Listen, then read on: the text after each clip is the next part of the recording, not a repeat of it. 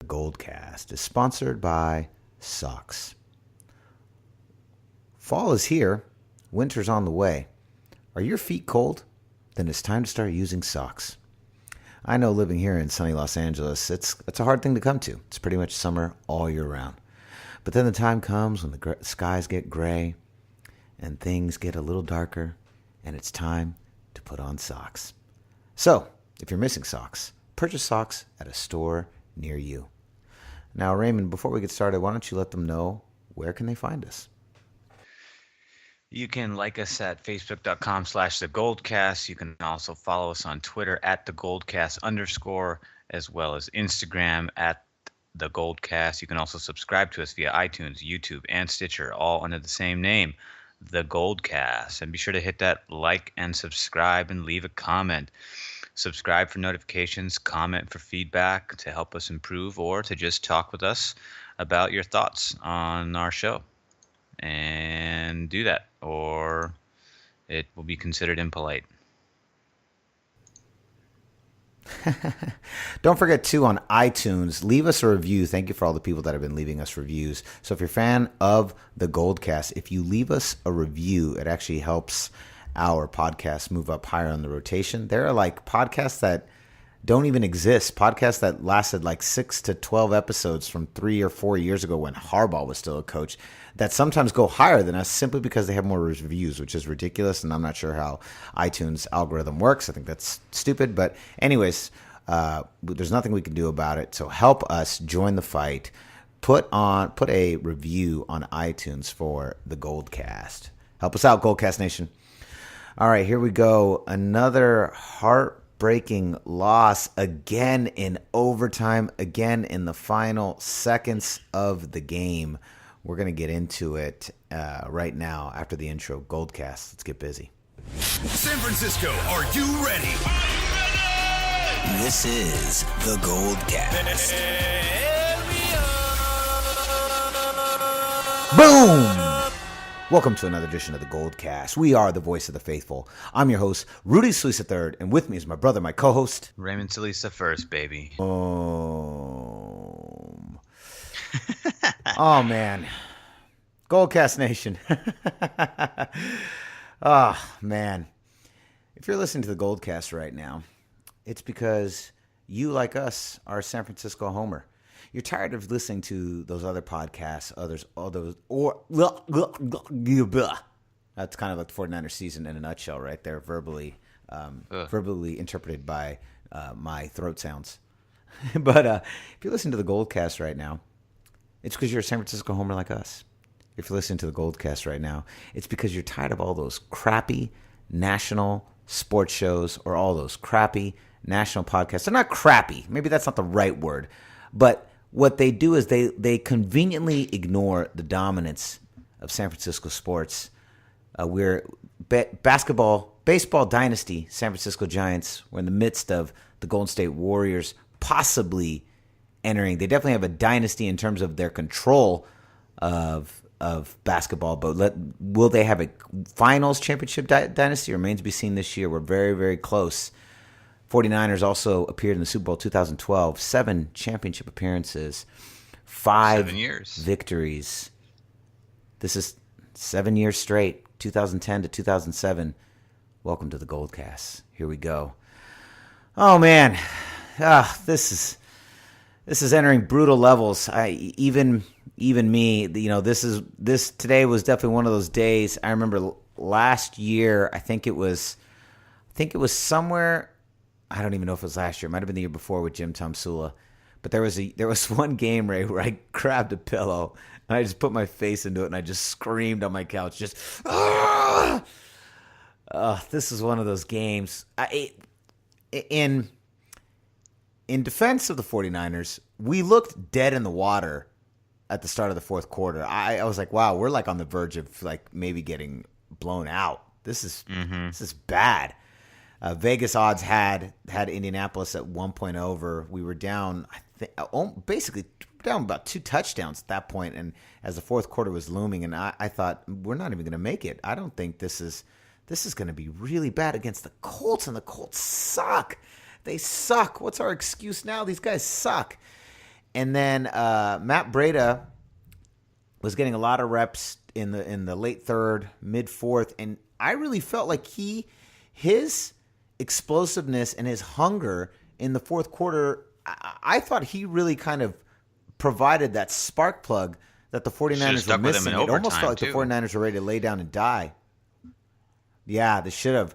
Breida kind of put the team on his back.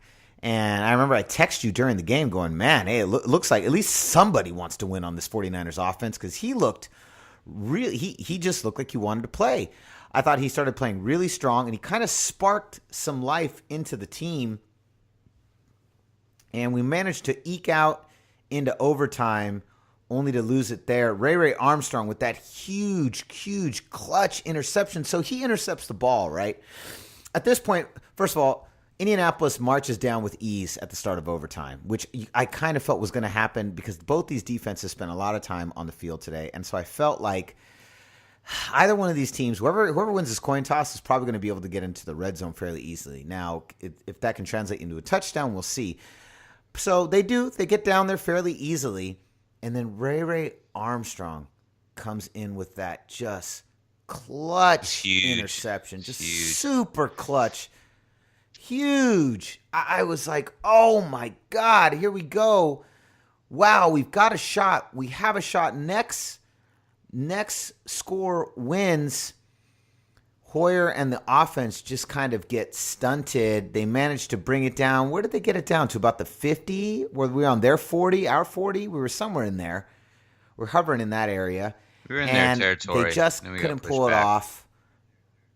Yeah, we were in their territory.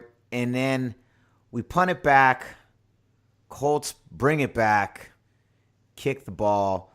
Now, that was the end. That was the end of the game. And another heartbreaking 2 overtimes in a row. Now, we talked about this last week. I think Kyle Shanahan must have listened to the podcast. This is clearly the most obvious answer, is that Kyle Shanahan listens to the Goldcast every single week to think, what are the fans saying? But what about the fans? I think it must be. This is a natural conclusion based on what happened the last 2 weeks. We said before, last year, Chip Kelly could only give you about 30 minutes of football. And the 49ers, this new 49ers and Kyle Shanahan, they're giving us about 55 minutes of football. We're usually losing late in the fourth quarter by anywhere from 3 and under. Very, very tight games. I feel like Kyle Shanahan hurt us because the last 2 weeks, he's taken us to about 65 minutes in overtime, only to lose in overtime. That's where we lose now. We're getting about 65 minutes of football. He's like, well, fine, Goldcast Nation. I will see your 55, and I'll raise it to 65. But we still can't get the win. Ray, I want to know your thoughts. We did sit Hyde sat out in the second half a lot more. I think this was to preserve him. I know his health can't always be trusted. Navarro Bowman also sat out a little bit. He had a stinger. I don't know if I think that's a medical term, a stinger, quote unquote, in the first half. But he said, quoted after the game, I don't know, man. We had a conversation. I don't know. They're doing what they want to do, and I don't know. I don't like it. Nobody likes coming out of the game, but I'm a team player. They told me, but it's hard to do that in the midst of a tough game. No one likes being taken out. Now, having said that, Bowman did lead the 49ers with 10 tackles. So, Ray, I want to talk a little bit about your overall thoughts. What did you think? What did you think about Hoyer this week? I feel like the magnifying glass is getting bigger and bigger. And then I want to hear your thoughts on Carlos Hyde taking a little bit of a breather and Navarro Bowman. Well, I think part of it was the stinger for sure. But I think another part of it, too, was they just need to mix it up a little bit on defense, because I think Bowman, even though he led the team in tackles, he's definitely more exploited this season because he does not have the same speed. So this is a guy that normally, even last year before the ACL tear, I felt better with him in the lineup because I knew that he was a sure tackler and he had enough speed to close in on the ball faster than anybody on the team. He does not have that ability anymore. His tackling ability is still okay. He hasn't been as sure of a tackle. This is probably the worst season I've seen of him in terms of performance. And I don't mean that to be harsh. I just mean that to be because that's just what I'm seeing. And unfortunately, he's just kind of a victim of circumstance, those circumstances being two really devastating injuries. And he actually still looked pretty good after he came back from the leg injury. But after the ACL industry, after the ACL industry, after the ACL injury, he just hasn't seemed to have the same speed. Like his he doesn't close in on the ball fast enough. And it's not that he's out of position. He just can't get to his usual position fast enough. And that's what I'm seeing. So and it leads to him kind of forcing himself to take bad angles in order to catch the offensive players, and it makes him look worse than he actually is, because he's obviously a terrific football player. He's a 4-time Pro Bowler, 3-time All-Pro. He's amazing. After his leg industry, he came back and led the NFL in tackles. That's pretty remarkable comeback. But I think part of it was because of the stinger, but I think another part of it too is he was just getting exploited out there. He looked a little gassed. And same thing with Hyde. I think part of it had to do with health. Another part of it had to do with we just weren't getting anything out of Hyde. So we had to mix it up and see what Breida could do. And Breida was obviously getting a lot more penetration and he was more explosive out of the hole. So, and he brought, like you said, a spark to the offense that we desperately needed by that point, because we just getting 3 and outs over and over and over and over again. And Brian Hoyer just can't sustain drives. He's terrible under pressure. He's not very mobile, so he can't keep plays alive with his feet. It's just not his game. It's not like an Alex Smith who will keep plays alive with his feet. Most quarterbacks these days will do that. Even the Colts backup quarterback, he was keeping plays alive with his feet, because that's just a very dynamic skill set to have, especially if you're going to sit in there and try to sit in the pocket and make throws, which is exactly what he did. And he made some big throws to T.Y. Hilton, who came up big. But the reason why he was able to do that was because he was able to avoid the pass rush with his mobility to keep the play going. Brian Hoyer does not have that ability. So if you collapse the pocket, he's done for. So the counterpunch to that is you have to have a quicker release, but Hoyer's not doing that either. So, and if you pressure him, he hurries the ball. He doesn't have the vision to kind of just make a throw, step into a throw and do it. Like Aaron Rodgers. Aaron Rodgers is quick. He sees the blitz coming. Drew Brees is the same way. He sees the blitz coming. He's just going to make the throw faster.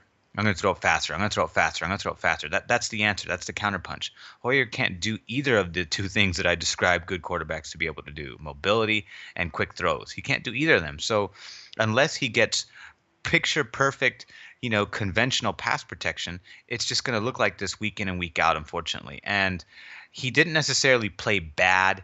He just didn't play great, because, again, Kittle, the rookie, he is a rookie, so he gets a pass this year, but a key drop ball in the end zone that would have been 6 points, that would have made the difference in the game.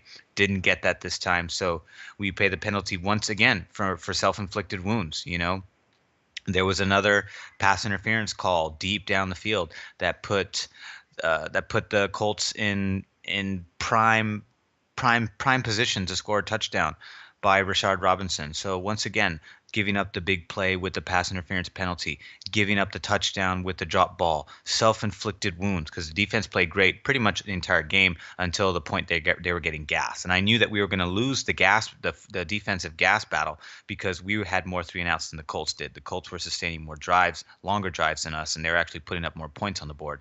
And late in the game, it ended up paying dividends in terms of the lead. But we were able to bounce back. And the reason we were able to bounce back is because Shanahan is really good in the 2-minute drill. The play calling in the 2-minute drill schemes that he has are excellent, absolutely excellent. The passes are more aggressive, and feel like in the middle of the game he's being more conventional, even a little conservative. Like he's like, okay, grind the ball, play action pass, wash, rinse, repeat. That's kind of what he tried to do in the middle of the game to sustain drives, to keep it. And it's smart, it makes logical sense, because he's trying to give the defense a breather. He's trying to own the time of possession, which is what you want to do. You own time of possession, your chances of winning are pretty high. But we just couldn't do that. But then when it came down to crunch time, boom, boom, boom, Hoyer seems very comfortable in the 2-minute drill. The receivers seem very comfortable in the 2-minute drill, and we score fast, we move fast. That's kind of the double-edged sword of it, is that we why that is fast. though?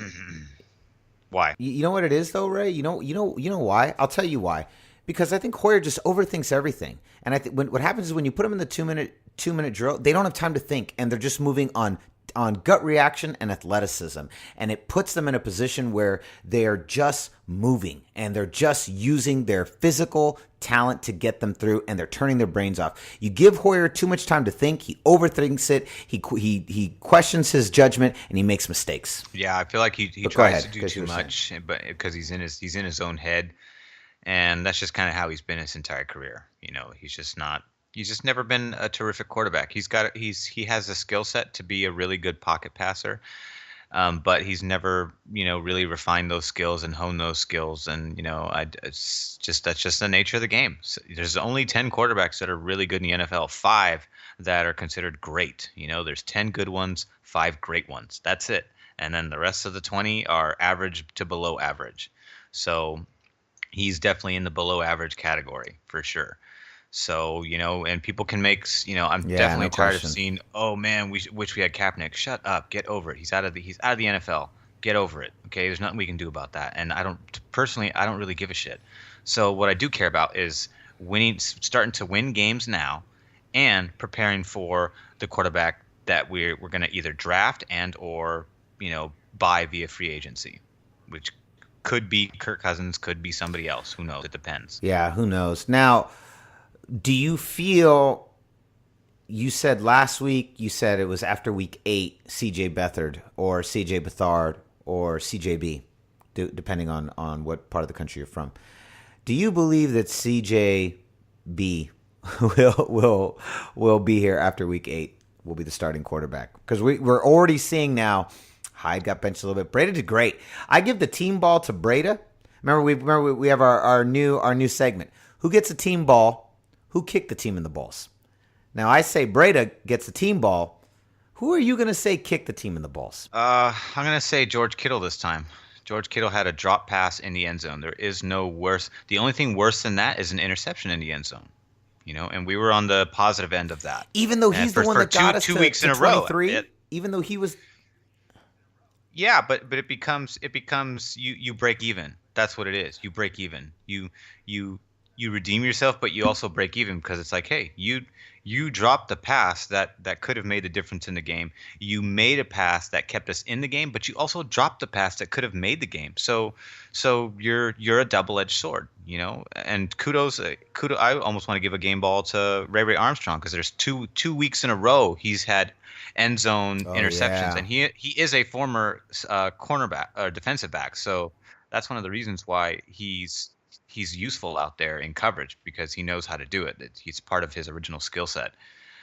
He's got good speed. He's just really undisciplined. That's his biggest problem. He's super undisciplined. He's just wild. He's a wildcat.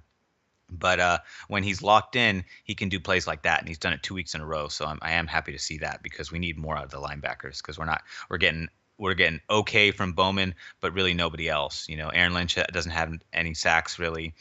Elvis Dumerville is playing really good. He comes in on third downs to really apply pressure, and he's been doing great. 3 sacks in 2 games. He's been paying dividends the last couple of weeks, so definitely happy with that. And then the defensive line seems to get better.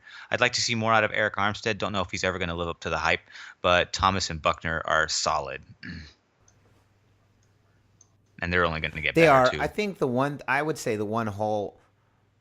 hole in Robert Saleh's game is that I think he really struggles in keeping this team disciplined. I would say as a defensive coordinator, that's really, really what he seems to be lacking. It's a glaring, consistent hole. He's got a bunch of weapons out there, but it's something. I mean, I look at them like machine guns, and instead of pointing them right at the target, he kind of just does this rifle approach with these guys, and I mean that metaphorically speaking.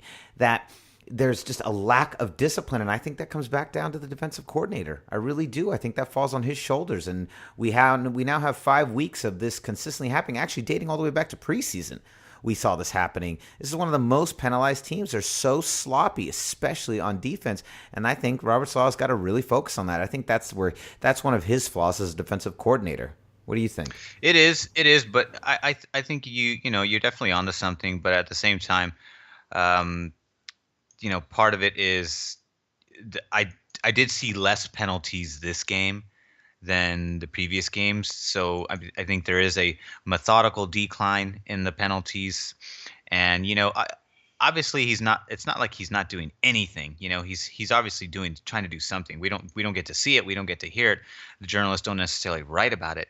But at the same time, it is frustrating to see week in and week out. So, just as long as they continue to get better week in and week out, I'll be okay with that. It is his first time doing it, so he's going to get a lot of passes this year. Next year will obviously be a different story, but I still like what I'm seeing from him overall. Just a little, obviously a lot of room for improvement in terms of discipline. We're going to get more players. We're going to probably dump some of the players you see now. So, I'm okay with the way things are going now, because I know that things are going to get better. That they're going to get better players. They're going to drop the players that become liabilities, especially towards the end of the season. But we're just not in a position to do that just yet, because we're getting thin. There was a lot of injuries today. Guys were able to get back on the field from those injuries, but still a lot of guys got banged up today. And we're going to have a traditional week of rest before going to Washington, who's on a bye this week. And so they're going to have 2 weeks of rest. They're going to be extremely fresh coming into that game at home, very comfortable. So it's not going to get any easier for us on this road trip. I'll be glad to get this half of the season done, or well, close to it anyways. I agree, and I agree with your sentiments about Robert Saleh. He does get a leash. This isn't like are we sure he's good conversation, nothing like that. I think discipline is just something that we need to work on, and it is getting better, but at the same time, you saw this week, man, really costly penalties at really key moments in the game. Yeah, it's mostly drives the secondary that too, into points because of penalties. It's mostly the secondary, absolutely. That's where most of it comes from. PI, a couple dumb holding calls. I'm like, come on, like right at third and long, places where we get this stop, they punt the ball, and we stop the bleeding. And instead, it extends the drive, which turned into points. And that happened several different times today, and it was really, really frustrating. And we've pretty much seen it all season. God damn it. This is, what I feel like. I feel man. like it's like that scene. It's like that scene in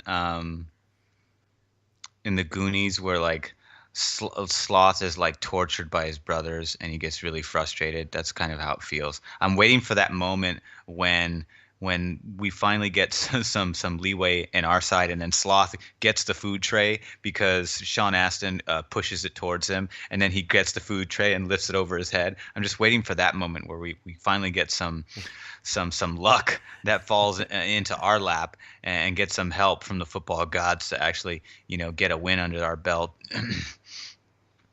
Waiting for that Sloth moment. Yeah, because we are waiting for the Sloth moment. I like that. We are currently, Goldcast Nation, 49er faithful, we are waiting for the Sloth moment. So let's move on to the greater NFL. Now, the challenge of my hot take really begins this week, and it was Seattle Seahawks at the Los Angeles Rams. Seahawks eke it out 16-10.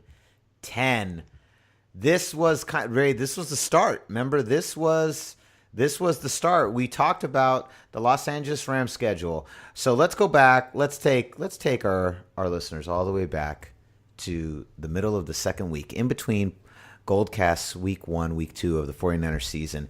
I remember David Johnson goes down against the Arizona Cardinals, and I tell you off air, which we then talked about in episode 2. If you go back to week 2 of this year's 49ers season podcasts, you'll hear it. I said, I think the Rams, now that David Johnson's gone down, I think the Rams truly have an opportunity here to possibly be second. They just Arizona looks so vulnerable. They look so bad. I really think there's an opportunity for them to possibly take second place. And then they went on this big hot streak, exactly like they did last year. 3-1, exactly like they were last year. But the difference was we've got this super high-powered offense. Today, Seattle goes in to Los Angeles. I could tell that the Seahawks were here because I walked out of my apartment and I took this smell and I said, it smells like bird shit out here. I was like, oh, the Seahawks must be here. That must be it. I figured it out. It It's the Seahawks. Literally, like there's Very a true. stench of Seahawks. Yeah, that's when what happened. they come in. Yeah. Yeah, very Very true. good point. Very Yeah. true. That's what you come out and you're like, yeah, you're like, why does it smell like bird shit out here? Oh, Seahawks. Got it. So now, Ray, let's go back to the stretch. This is going to be the big test. We're going to bring Louis back on. I really want to bring Louis back on. Let's see if we can get him for next week.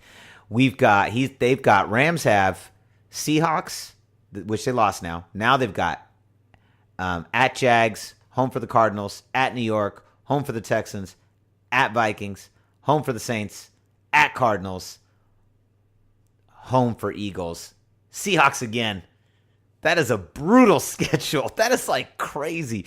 Giants or whatever, but Jags, Cards. Giants are 0-5. So, Texans now with the are exception again, of New York, that's a pretty tough stretch there. It is. Texans, J.J. Watt went down, so defensively they're vulnerable. Vikings, Sam Bradford probably should be back by then. Saints, whatever. Cardinals, going to be tough again. Then you got Eagles, which are also red hot, and we'll see where the Seahawks land. But you've got 1, 2, 3, 4, 5, 6, 7 games. 7 of the 8 that are really, really tough right there. That is a brutal schedule. I want to know, how do you feel? I mean, they got this high-powered offense. Defense is strong, but not quite as strong as it was last year. What do you think about them coming out? Are their chances to remain second or first in the division still as strong? Because after last week beating the Cowboys, I thought, oh my God, are they going to take the division? And I still think that's in play. I'm not. This isn't like a overreaction. I think the Rams are in play. It's between them and the Seahawks right now. I want to know, what are your thoughts between Seahawks and Rams and the chase for the NFC West division title? Well, I think there's a good chance they take first, but if they can't get past Seattle and Seattle, ekes out, a good record, then there's nothing they can do about that, because Seattle's going to own the tiebreaker, or own, is going to get by on division wins over them if they end up like tying in records. So right now Seattle has the edge, so I still give it to Seattle, and I'll probably put Rams easily at number 2. No question, because the Cardinals they're just trash, straight up. They just got so many problems, so many injuries, and they're old. And Carson Palmer, he's not doing enough, and he's probably not going to do enough. This is probably his last year, in my opinion. His last year with the Cardinals. I would not give him another shot. I didn't think he even deserved last year. I thought they should have, similar to the New York Giants. I think both of those two teams have really, really failed to do with. The Carson Palmer experiment was just supposed to be an experiment, and after that injury, and he came back from rehab, all super juiced up, all in like the best shape of his life. Said in an interview, first time he's had a 6-pack since college. They got blinded by him turning back time, but it's so funny that even as an outsider looking in, this is completely obvious to me that it was a consequence of an amazing rehab program, and still. Arizona never prepared for the future. They never found another QB to invest in. Alex Smith is playing out of his mind in Kansas City, but they still have Mahomes. Even now, they're preparing. New York Giants is the same way. Never invested in some sort of QB for the future. Eli is great. Everyone loves Eli, but he's always been inconsistent. He's always been really hot or cold. He's had the highest of highs with 2 Super Bowl wins, but it still has not been enough. And Arizona Cardinals is just a classic case of just not enough, not preparing for the future and investing in a quarterback that really wasn't supposed to be your answer to begin with. He just kind of became their answer, and then they forgot that they needed an answer. You know what I mean? Yeah, I totally see what you're saying. I feel you. But I mean, so let's move on. Go ahead. This is what we've been talking about since the beginning of the year. This is the shift. Even though it's harder to see on the Niners side, but trust me, it is happening. This is the shift where Niners and Rams are slowly but surely becoming the 2 top dogs in the NFC West as Seattle gets old and Cardinals just eat themselves alive. It's true. Yeah, the Cardinals are old and the Seahawks hate each other. They hate each other so much. I've never seen a team hate each other so much. It makes me happy. It actually makes me happy in my heart how much that team hates each other. I love watching the dysfunction of that team. But speaking, let's talk about a little bit of non-dysfunction for a second. The Chiefs. I'm really happy for Alex Smith. I really am. This looks like that team over there is looking to be. I think it looks like the best team Andy Reid's ever had. Alex Smith has some weapons, and Mahomes has seemed to lit a fire under his ass.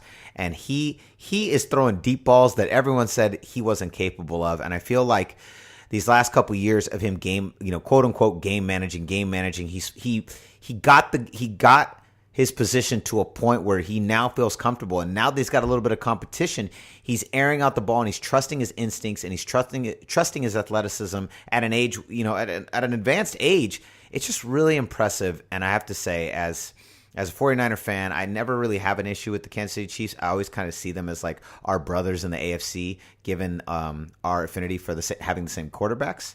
And I'm really happy for Alex Smith. Like in the darkness of the 49er well, I do look over at Alex Smith as like a proud son, and I nod my head and I salute him. As a proud son, yes. The prodigal son is doing well with his new adopted parents.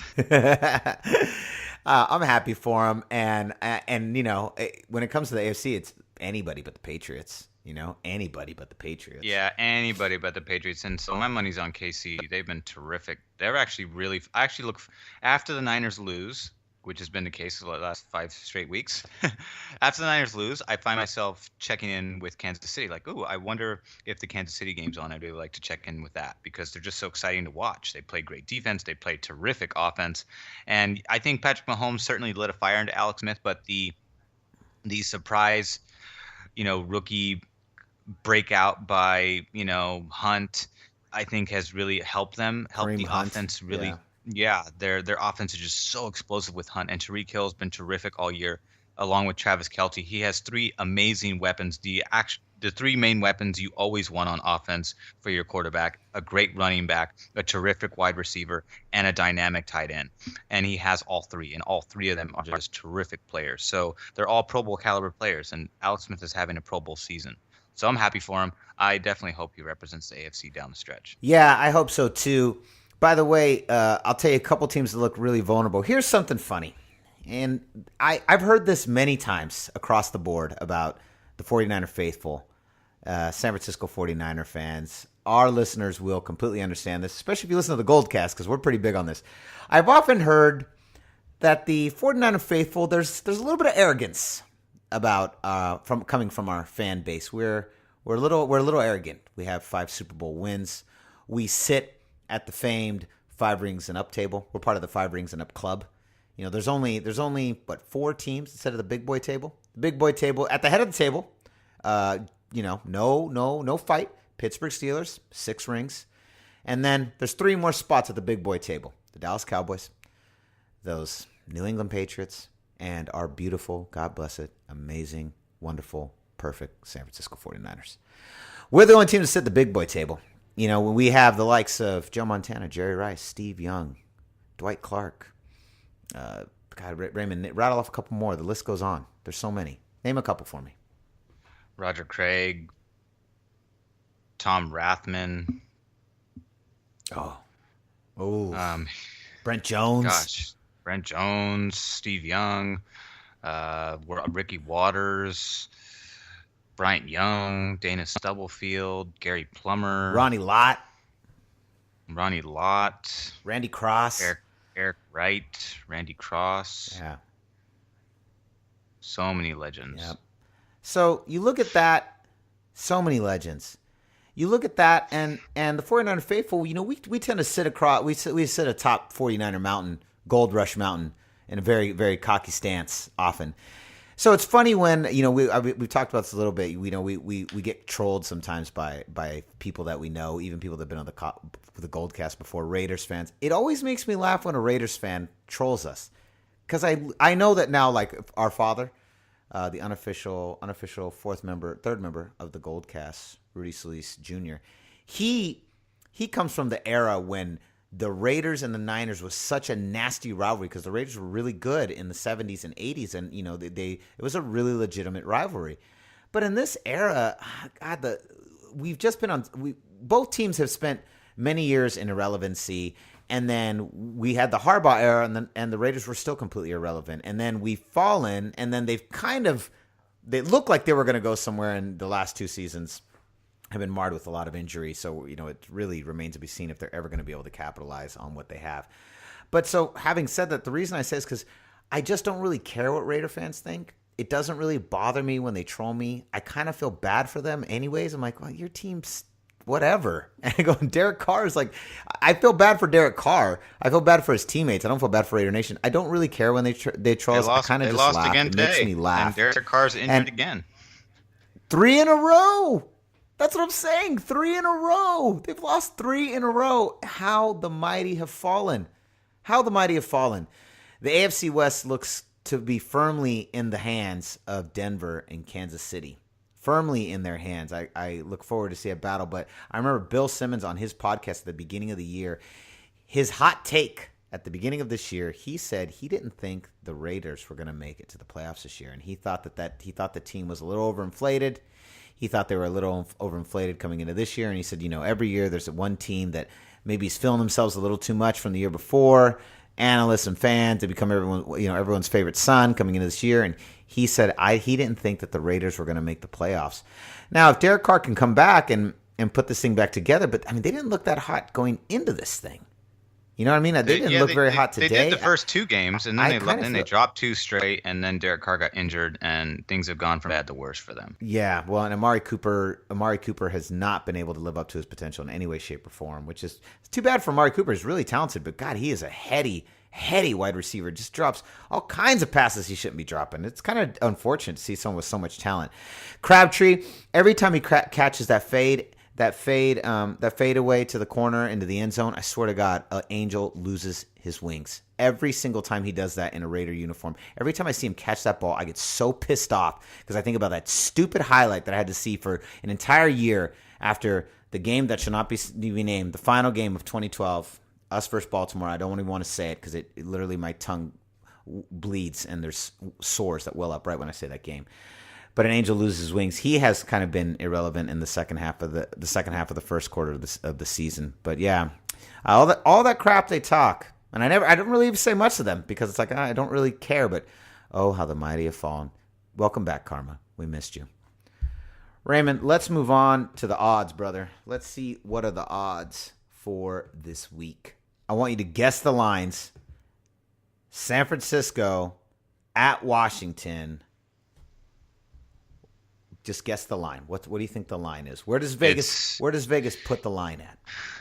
It's 7 points or more because Washington actually is a good offense. Yep, it's 9.5 point favorites in favor of Washington. Now, Raymond, the question is, I don't even want to ask the question. Do you take that bet?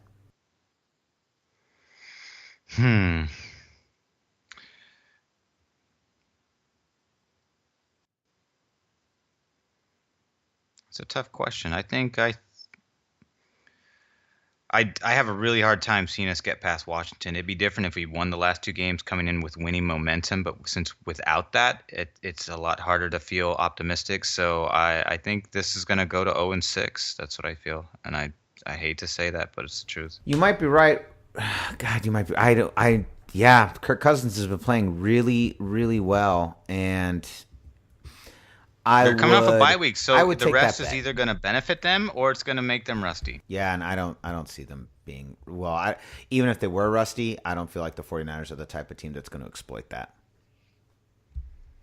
So check it out. Let's look at we did a little bit of Rams schedule. No, exactly. We looked at the Rams schedule. Let's look at the Niners schedule. We're at Washington, home for the Cowboys, at Eagles, home for the Cardinals, home for the Giants, home for the Seahawks, at Chicago, at Texas, home for the Titans, home for the Jags, and then here in LA, I will be at that game in Los Angeles for the Rams. Where do we win? We got Washington, Cowboys, Eagles, Cardinals, Giants. November 12th. Is that a fight for who's not going to lose every game? Do we win any game between now and when we face the Giants on November 12th? Of course. We beat New York and we beat the Cardinals in home. Those are 2 wins right there. Okay, so we get 2 back-to-backs. So we lose to Washington, we lose to Dallas, we lose to Philly, and then we beat Arizona, beat New York. Yeah, well, we could beat Dallas. Dallas is not all that great this year. You never know. That's a wild card. That game today was pretty wild, though. Yeah, that game was dope. I watched the end of that game. It was pretty good. I like the end of it. Dak Prescott rushes in for that touchdown, and I looked at that last. I was like, you left way too much time. There was about a minute, a little bit under a minute, and Aaron Rodgers took that sucker all the way down and just put that dagger right in their heart. It was great, right in the middle of Dallas. It was wonderful. Well, Raymond, we're gonna see 49 Faithful Goldcast Nation stay the course. This is what it is about being a real fan. Here's the thing. You guys all know this, all right? We all know that when this team starts chalking up W's next year, when they get their badass quarterback, they revamp, they keep these great players, get rid of the rest, and this team starts chopping it up, kind of doing what the Los Angeles Rams are doing, all your friends, all those 49er fans will be like, oh, the Niners are so dope. Oh, my God, I love the Niners. And they're all back, and the stadium is filled, and they're all into it. And just remember, you were here now. We were here in the trenches. We were here this year. We were here last year. We were here the year before. We were here when they went 8-8 with Harbaugh. We were here through all these crappy years. We are the faithful. We're the Goldcast Nation. Don't forget, we never gave up. We're not bandwagoners. We're here ride or die. Goldcast Nation. This is what we're about. Raymond, where can they find you? Find me on Twitter at Ray Solis and on Instagram at Ray Solis1. Boom. And you can find me online at Rudy Solis 3rd, Rudy Solis 3RD.